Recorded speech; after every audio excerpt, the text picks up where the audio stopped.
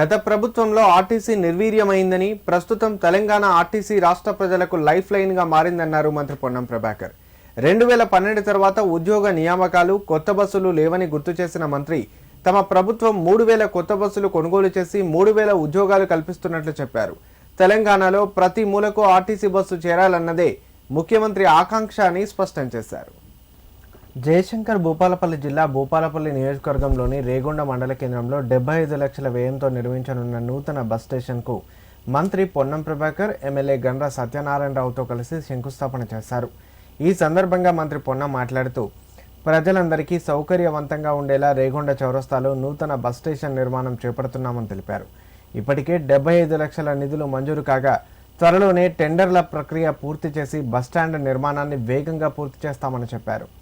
సమ్మక్క సారలమ్మ జాతరకు హుజురాబాద్, హుస్నాబాద్, కరీంనగర్ ప్రాంతాల ప్రజలు ఈ మార్గం గుండా ప్రయాణిస్తారని, మేడారం వెళ్లే భక్తులకు ఎలాంటి ఇబ్బందులు లేకుండా 2-3 రోజుల్లోనే అవసరమైన అన్ని ఏర్పాట్లు పూర్తి చేయాలని అధికారులను ఆదేశించారు.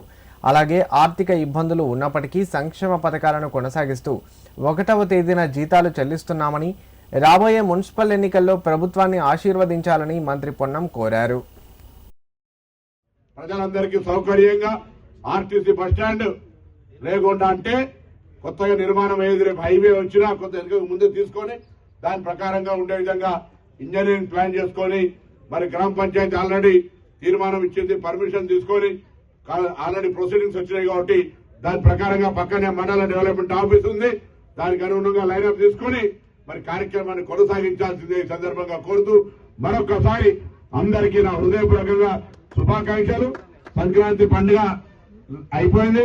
సమ్మక్క సారలమ్మ మీ ప్రాంతం అంతా కూడా ఒక జాతరలాగా జరిగేటువంటి ఈ పండుగ సందర్భంగా కూడా నిన్ననే గౌరవ ముఖ్యమంత్రి గారు మేమంతా అక్కడికి ఉండి మొట్టమొదటిసారి హైదరాబాద్ నుంచి బయట ఒక కేబినెట్ సమావేశం ఏర్పాటు చేసుకుని పొద్దుగాలే అమ్మల గద్దెల దగ్గరకు పోయి ఆశీర్వాదాలు తీసుకొని ఇక్కడికి కార్యక్రమాన్ని నిర్వహిస్తా ఉన్నాం.